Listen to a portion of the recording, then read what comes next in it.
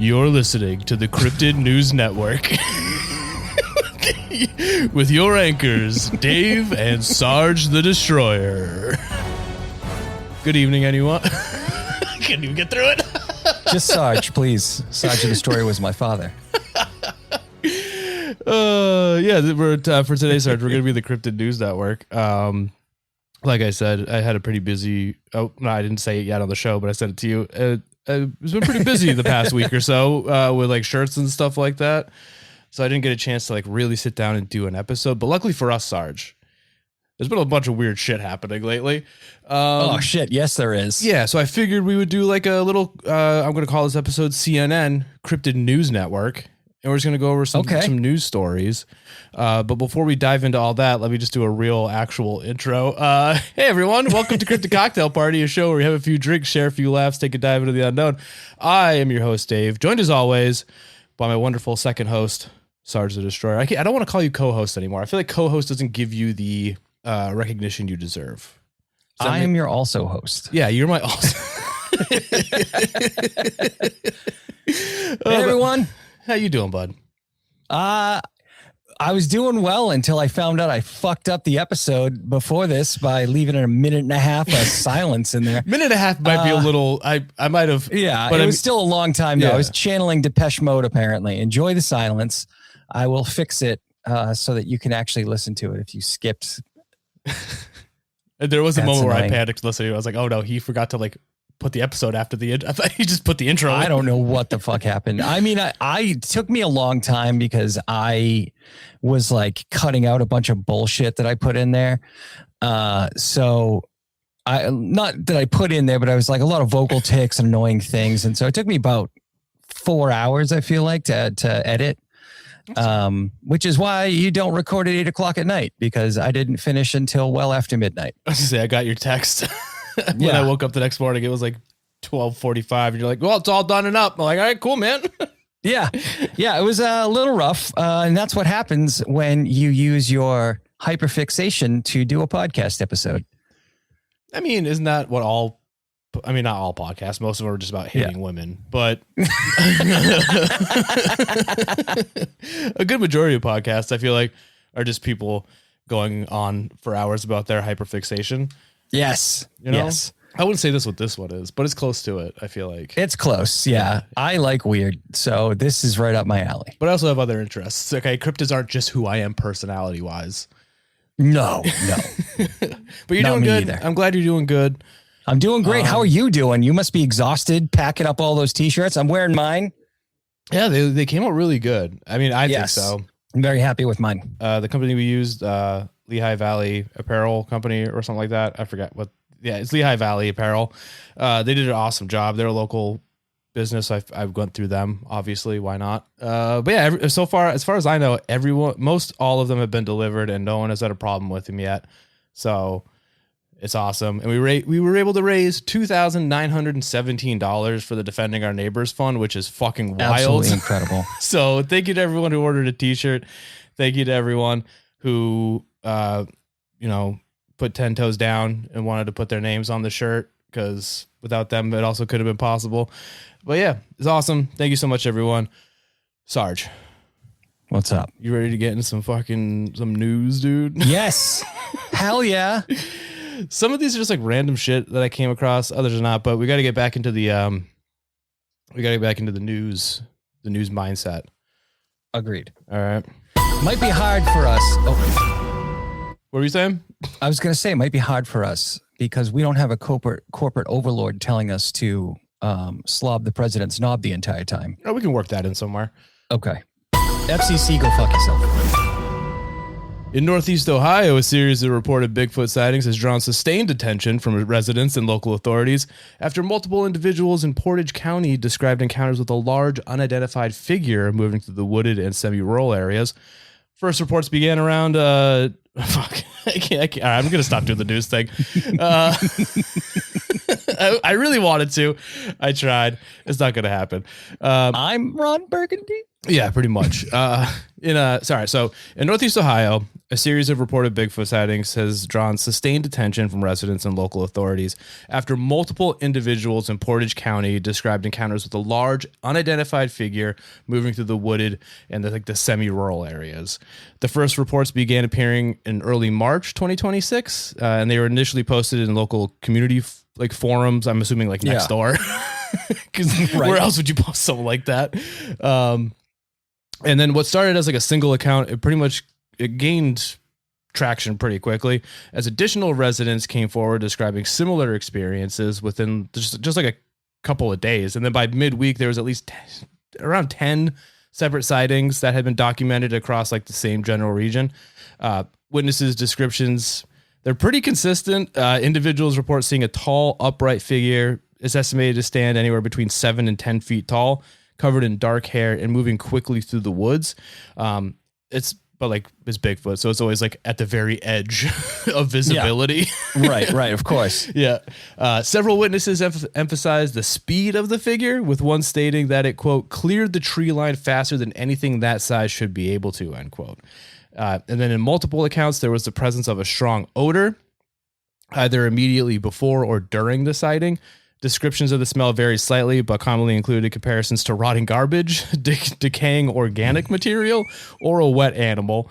Some residents reported noticing the smell before seeing anything, which I feel is kind of that standard Bigfoot.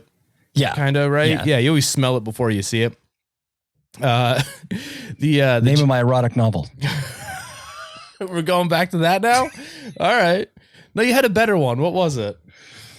No, I thought that was it. I thought there was Wasn't it? I thought there was another one. I don't remember now. Name of my erotic celebrity fan fiction. There we go. Reports have been concentrated in areas where wooded land meets residential areas. It's walking trails, backyards, roadside tree lines. And then several individuals stated that the encounters occurred during early morning or evening hours when the visibility is reduced, but activity in the area is pretty high. You your morning commute and then your commute home. I feel is the times. Local law enforcement confirmed that they had received multiple calls recording the sightings. The Portage County Sheriff's Office acknowledged the situation publicly, stating, quote, "We have received calls regarding a possible Bigfoot sighting," end quote.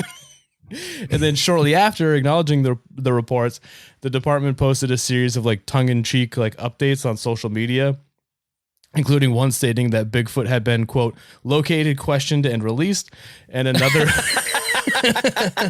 It turned out it was just the cast of the Drew Carey Show. Yeah, and another indicated that the creature was no longer in custody. Okay. So I mean, that's good. It's profiling at this point. Yeah.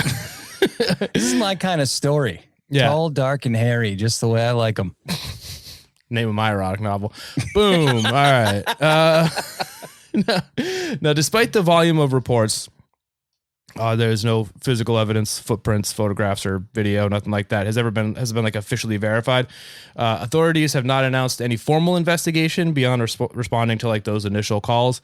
And at this time, sightings continue to be discussed within the community, with residents remaining alert and additional reports still circulating online. So that's our first story is the Ohio Bigfoot flap, I guess you want to call it. I don't know what but have you heard? Did you hear about this at all? I did hear about it. I don't believe it because Bigfoot's not real. So, I mean, but also, you weren't on that episode when I was. Me and Brennan Storr from the Ghost Story guys when he came on when you were in Puerto Rico. We did Bigfoot just so I could get it the fuck over with. And just be we did it. All right. But there is an Ohio version of it called the Ohio Grassman. And I don't know if this is different. If Bigfoot is different than the Ohio Grassman, because the Ohio Grassman is just a Bigfoot from Ohio. It sounds like a 1960s drug dealer. The Ohio Grassman. I mean, yeah. Wearing a Bears jersey, just shelling out dime bags. A Bears jersey? That's Chicago. Yeah, but no one wants to admit they're a Browns fan. And the Bengals haven't been relevant in decades. Pretty sure our good friends over in Believing the Bizarre would beg to differ about that. No, I just completely fucked up. I mixed up the Cleveland Browns with the Chicago Bears. That's fine.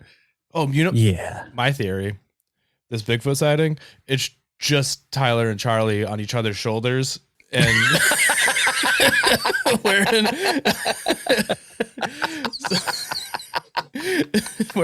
like a furry ghillie suit kind of thing. That could be what it is. Are we sure Bigfoot isn't just two podcasters wearing a trench coat?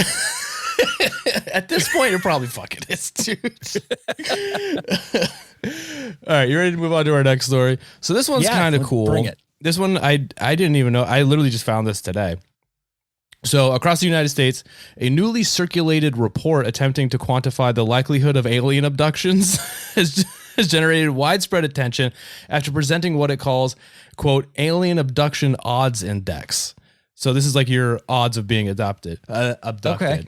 The report compiles more than 150,000 UFO sightings collected over time, drawing from databases such as the National UFO Reporting Center, and combines that information with population data and reporting patterns. The goal, according to the researchers, is to identify geographic trends and how often abduction-style encounters are reported. And then rather than focusing on solely on sightings of unidentified objects, the analysis specifically examines reports that include details commonly associated with abduction claims. These include descriptions of missing time, physical interaction with non-human entities, recurring encounters, and unexplained after effects. Researchers behind the report emphasize that the findings are not predictive in nature, which is good. They just said that, quote, the implied probability is not a prediction. So so don't worry about it. It's just It's just a probability. You're probably going to be able to bet on it on Polymarket soon, so that's kind of cool. Instead, the rankings reflect how frequently these types of reports appear relative to population size and reporting density. In the northeastern United States, where we happen to be, several states stand out prominently. New Hampshire ranks highest overall. With approximately 24.34 reported sightings per 100,000 residents, making it the most statistically active state in the data set. Massachusetts, while not ranked at the very top in this index, it does hold significance due to its history of large scale sighting events. And there's pretty consistent reports coming out from Massachusetts. Pennsylvania remains among the states with the highest total volume of UFO sightings nationwide, placing it within a broader regional cluster of activity that includes all the neighboring states. Okay. Researchers noted that geographic patterns appear to repeat across data sets, stating, quote, the same state keeps showing up, which is New Hampshire. The report also assigns estimated statistical odds of the likelihood of being abduction based on reported frequency. In some region, these odds fall within the range of 1 in several thousand, though the researchers reiterate that these figures are derived entirely from reported experiences rather than confirmed incidents. And now, obviously, while the methodology has not been formally validated by the scientific community, the report, that's gonna be tough to do. Yeah, the report has been widely shared and discussed, contributing to a broader trend of analyzing paranormal claims through these kind of frameworks that they're using.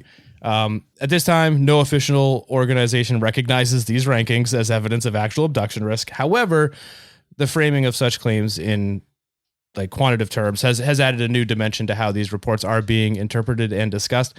I believe New York, hold on, let me find it real quick. I think New York was crazy high on the list.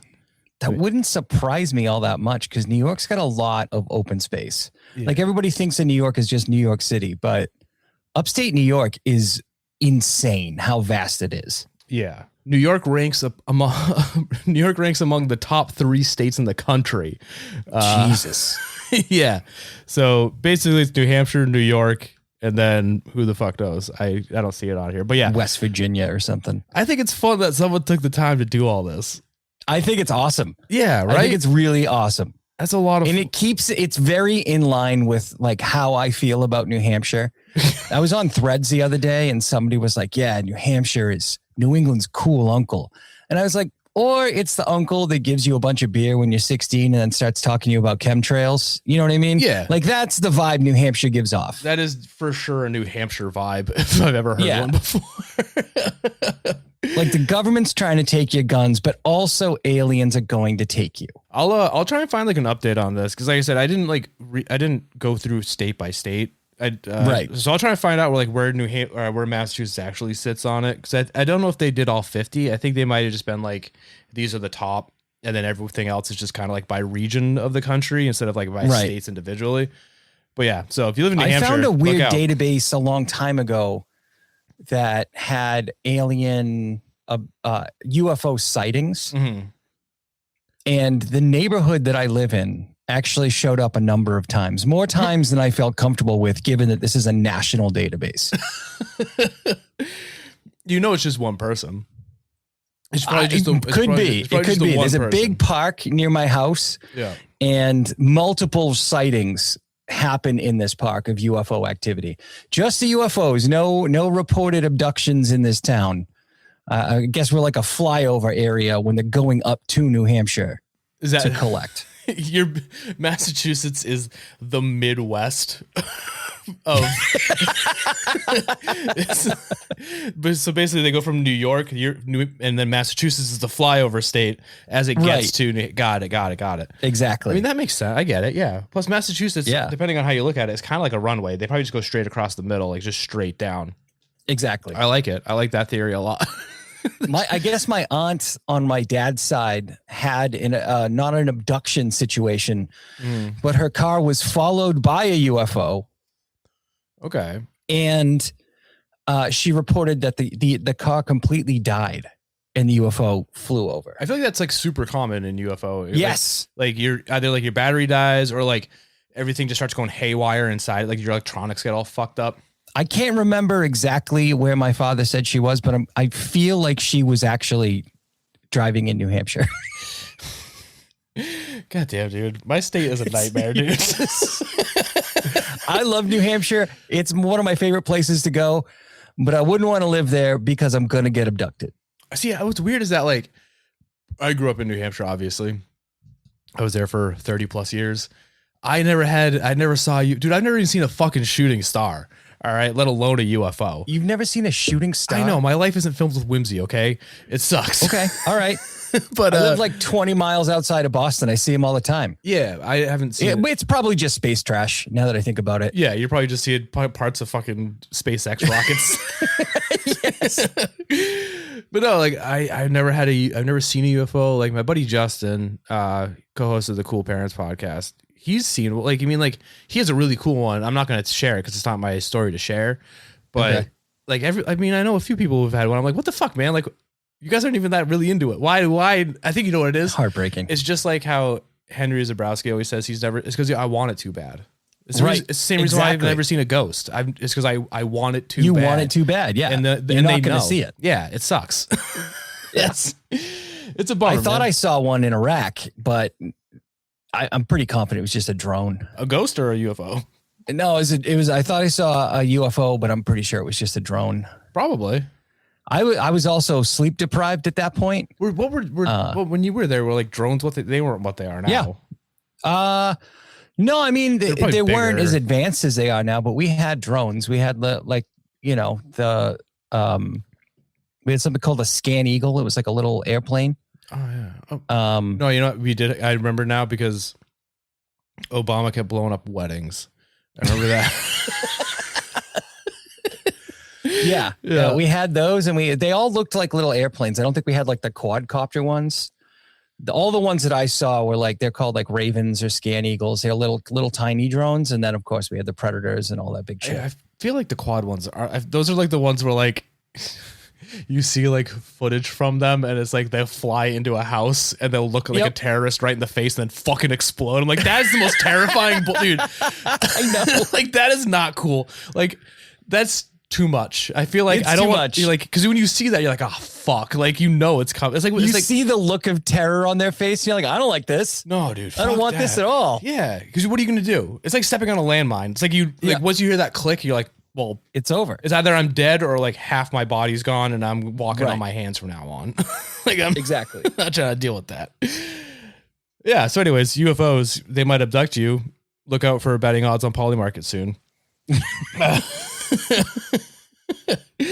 right. Our next story. A controversial claim suggesting that extraterrestrial influence may be present within human DNA has gained renewed traction online following the circulation of a research theory proposing that certain genetic sequences may have been artificially introduced. It's the fucking vaccines, dude. Come on. It's a vaccine. It's the vaccines. God, Yeah. Jesus. The claim focuses on the observation that some traits and genetic markers do not always follow expected patterns of inheritance.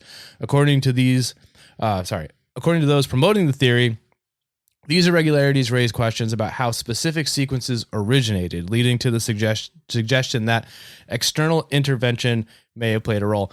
I already don't like this. I'm going to stop for a second because it reminds me too much of Ancient Aliens. And I fucking hate Ancient Aliens because it just whitewashes. Yep. It does. It does. Like, these primitives are too stupid to make a pyramid. Yeah, I hate it so much. But this is just news in the world that we live in. I don't mean like the world. Well, obviously it's in our world, but I mean like the paranormal world. Nobody tell RFK this, or he's going to start building different kinds of camps. Yeah. Yeah. The researchers argue that certain genetic features appear without a clearly traceable lineage, prompting speculation that these sequences could have been inserted at some point in human development. The theory frames that these anomalies as potential evidence of deliberate modification by non-human intelligence. Despite the attention it has received, this research, again, has not undergone peer review, and no major scientific institution has endorsed or corroborated any of it. Shocker. Genetic experts have noted that variations in DNA expression, mutation, and recombination are well-established phenomena that can account for unexpected traits without extraterrestrial influence. Yeah. But again, anytime something like this happens, it's always spread online frequently. Oh, of course. Yeah. Of course. There is nothing the media likes more than to read like a footnote in a research paper and turn it into an entire article. Well, your bold assumption that I got any of this from mainstream media. That just means it's way worse. They don't have to fact check shit. Every website you checked was probably like green font on a black background. Yeah, dude. And trying to read that after drinking a bunch of fucking soju. Nice. Yeah. We went to a Japanese place for brunch. It was fucking delicious, dude. Oh, I'm jealous. I don't have a lot of good brunch places near me. Buddy. All right. So anyways, back to this bullshit story. The idea that extraterrestrial beings may have influenced human evolution has been presented in various forms for a long fucking time. However, the framing of the concept in terms of modern genetic research has allowed it to reach new audiences and re-enter the public conversation in a different context. Not really, though. It's the same context. It's just now that we live in a world where this could be possible, but more so human like, wasn't there fucking, what was that thing like I don't want to say blue sky, where you could just like change the DNA of your baby? Yeah. You know what I'm talking about? Like you want, your baby, Yep. you want blue-eyed babies? We'll give you blue-eyed. What was that? CRISPR? Was it CRISPR? CRISPR, yep. Yeah. Gene editing. Yeah. Dude, the fact that you could just do that. Not okay. I mean, here's the thing.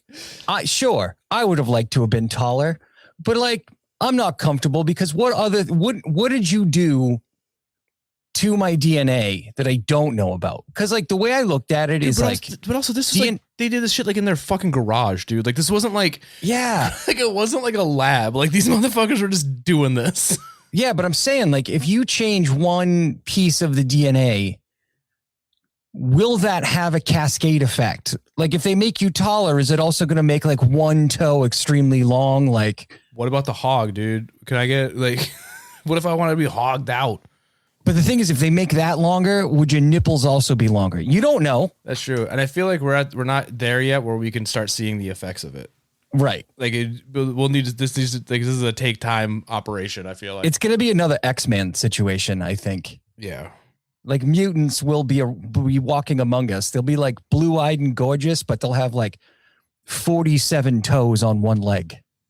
I mean, if that's like a hard price to pay for blue eyes, is all I'm saying. Yeah, but all I'm saying is that if they're smoking hot and gorgeous and they have 47 toes, that's an OnlyFans waiting to happen. That's a foot finder career if I ever heard one.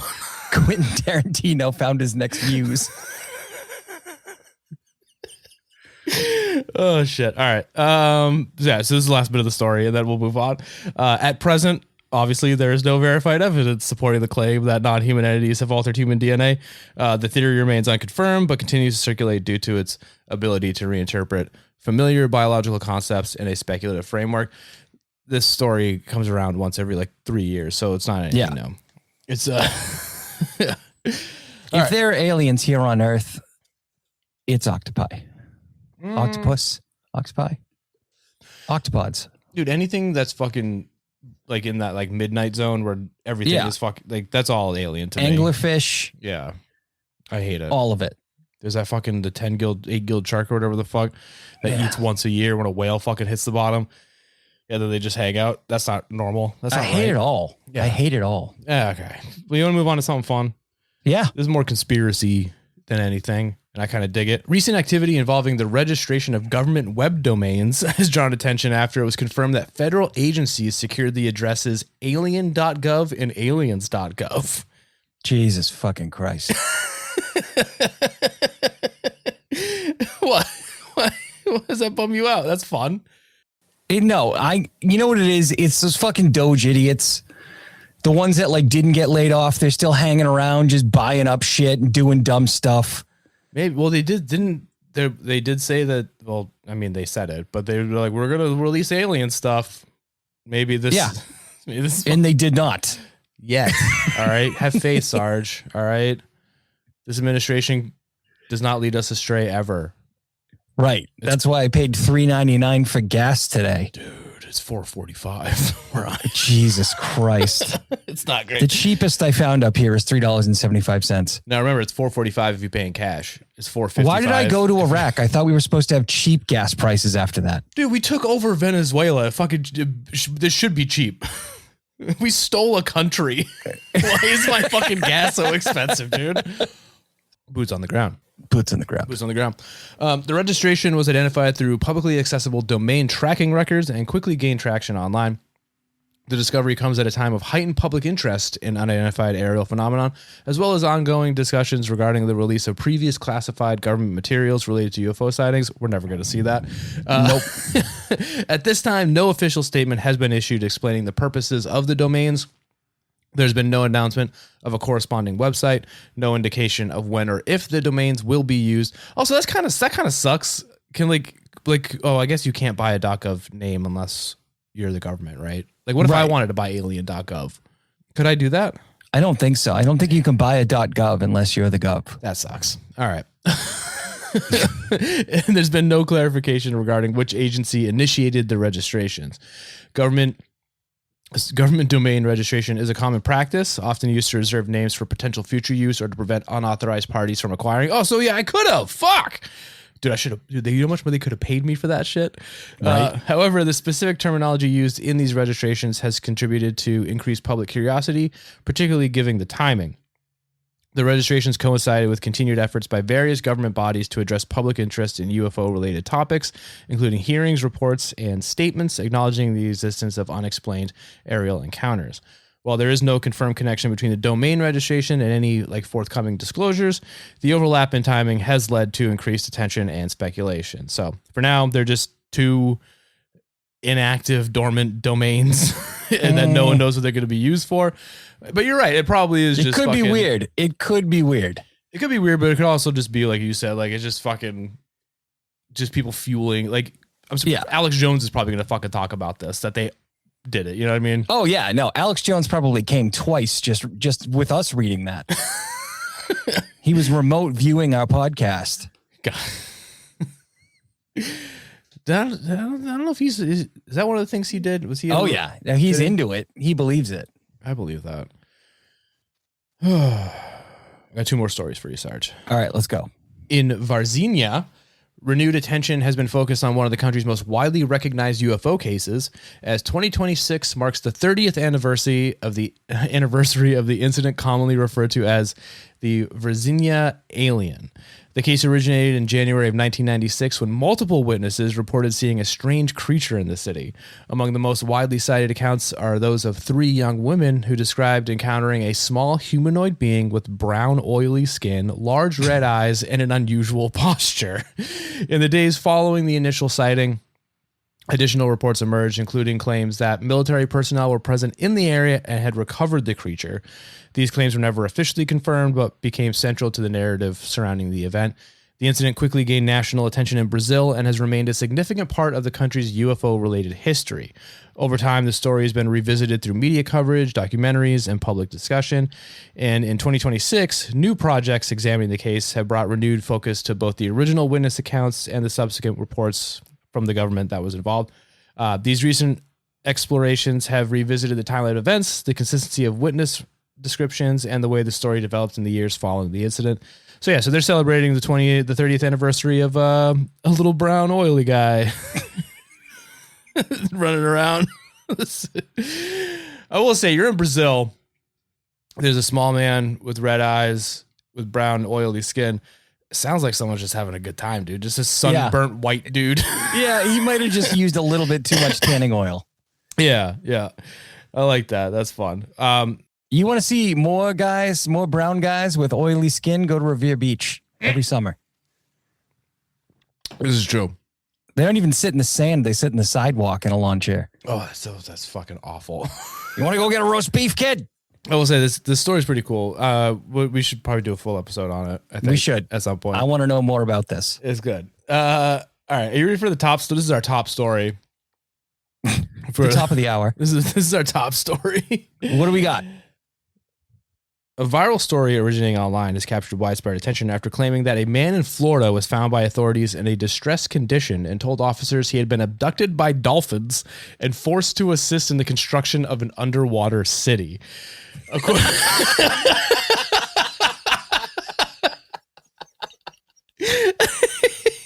Aquaman was unavailable. According to the circulating account, the individual was discovered soaking wet and disoriented, allegedly describing an experience in which he had been taken into the ocean and made to work on a large-scale underwater structure. The story claimed that the dolphins communicated with him and directed the construction effort. As the story spread across social media platforms, additional details began to appear in different versions. Some include references to a hierarchical structure among the dolphins, while others described elements such as telepathic communication and organized coordination. The dolphin's name was Gerald, by the way, I believe. Gerald? I think that's what it was. Yeah, pretty fun.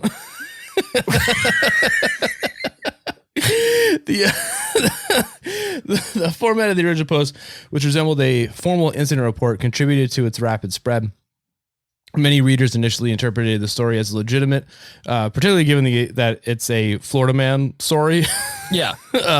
But local law enforcement agencies later addressed the claim directly, confirming that no such incident had occurred. Officials stated that there was no record of any arrest or report matching the description. That's what they want you to think. They're in the pocket of Big Dolphin. That's my suggestion. In response to the viral story, authorities also issued some pretty funny remarks referencing the idea of an investigative unit focused on underwater activity. But yeah, this story is not real, but it was going around TikTok for the longest time, but I thought it was too fucking funny. Oh, it makes me so sad. Yeah, it's been fully debunked. I was really hoping it was real. I want to hear this guy tell his story. Yeah, it was fully debunked, but like it's one of those things where like it's like the Miami Mall thing where like it just kind of blew up. No one took it seriously. Obviously, but yeah, it's just funny to imagine that you're in the water, you get kidnapped by a dolphin named Gerald, and then how do you breathe though? See, I don't know. I think it probably I think he had maybe a one of those what was that video game where like you get a bubble, it's over your head and the bubble. Okay. Maybe something like that, or maybe it was like a Sandy Cheeks from SpongeBob. He just had like an upside down fishbowl on his head or something. I don't know.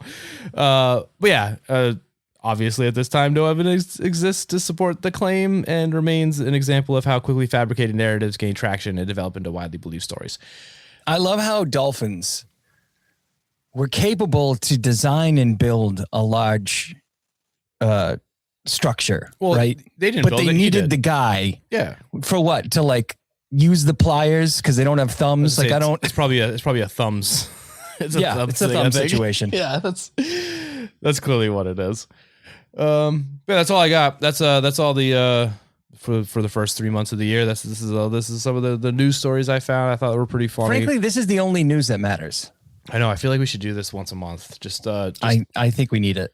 Yeah. If anything fun. I mean, because I feel like most cryptid stories like news is just like someone saw a thing once. Yeah. Yeah, exactly. I'm not trying to report on that. It's fucking We stupid. might need to do this like once a quarter. That way we can make sure that we have good stories. And Yeah, not just guy in Florida does a shitload of meth and then marries an alligator. Yeah, once every 3 months, once every 4 months. We'll figure it out. It'd be fun. But what'd you think? Any of these your favorite? You got a top story, but I feel like the dolphin one doesn't count. I have to say, the fact that New Hampshire has the largest amount of UFO sightings is not only exciting, but the least surprising bit of information I've ever heard in my life. Yeah, it's pretty. I feel like it makes sense. Yeah, and if anyone has ever driven through rural New Hampshire, you know exactly why this is unsurprising. Yeah, go to any of the notches, and you got Franconia Notch, you got Crawford Notch. Yeah, if you go to any of the notches, you'll understand. It's it's definitely eerie at night. Anyways, it has a vibe where you're like, I could get abducted out here. It is I was actually just explaining this to somebody who's not from here. There is something about the wilderness in New Hampshire that is just fucking terrifying. It's not great. I've never felt that anywhere else in New England, or like I spent time, in Missouri, and I spent some time in the woods. I've camped in a lot of places, but I have never been as pants shittingly uncomfortable as I've been in certain areas of the wilderness in New Hampshire. Yeah. And it's crazy too, because I used to get drunk in it a lot. Yeah, that's not a good idea. Just find an access road somewhere in the woods, just drive down there as far as you can go, then walk, and then you just camp. Yep. Get hammered. Right. I mean, that's literally just camping for me. Yeah, I'm surprised I didn't get murdered more often or abducted by aliens. I say murdered more often. No, you should have been abducted by aliens. One of the two. It's either going to be a Deliverance style thing or it's going to be abducted by aliens. Who knows? All right, Sarge, that's the episode. I loved it. I think it was a lot of fun. Some of these stories are crazy. The fucking if people out there, if listeners out there get weird news stories that you come across, send them to us. Yeah, I mean, I feel like the Cryptid News Network could be a recurring thing if we find the right stuff. I'm not gonna force it. How's that? We're not gonna take a story from any Tom, Dick, and Harry. This needs to be a legitimate. Oh no, I'll take a story from text anyone. on black background news story. It's gotta, yeah. But I mean, I'll take a story from anything. But what I'm saying is that, like, I'm not gonna, if I don't have enough to do a full episode every few months, I'm not gonna do it. I'm not gonna force it. Of course. I'm not gonna half-ass something the way I did this one. All right, it wasn't really half-assed. You found some news on the internet. Yeah, it was good. It was fun. It was good. I'm actually sad about the dolphin one. I really wanted that to be like. I really wanted that guy to be like wholeheartedly real. Yeah, Gerald the dolphin. That's. I need to know where the name came from. Probably some fucking TikToker. Who knows? Yeah, I don't know. No, more than likely. Yeah. All right, Sarge. I think that's it. Thank you so much for listening, everyone. It's good to be back. I missed all of you. I missed you, Sarge. I wasn't here last week. I missed you. All right. Is there anything you want to plug before we sign off? No, I got nothing brewing right now. I'm a busy man, but nothing fun. All right. Yeah. Thanks everyone again who bought a t-shirt. If you send us pictures of the t-shirt. I want to try and get like a collage reel thing together. If you got a shirt, send me a picture of you wearing the shirt. And I think that's it. Follow us on TikTok, Cryptid Cocktail Party. Follow us on Instagram, Cryptid Cocktail. Please leave us a 5-star rating and review. It helps a lot. And And I guess with that out of the way, Sarge, would you like to say goodbye and I love you to the audience? Goodbye, and I love you.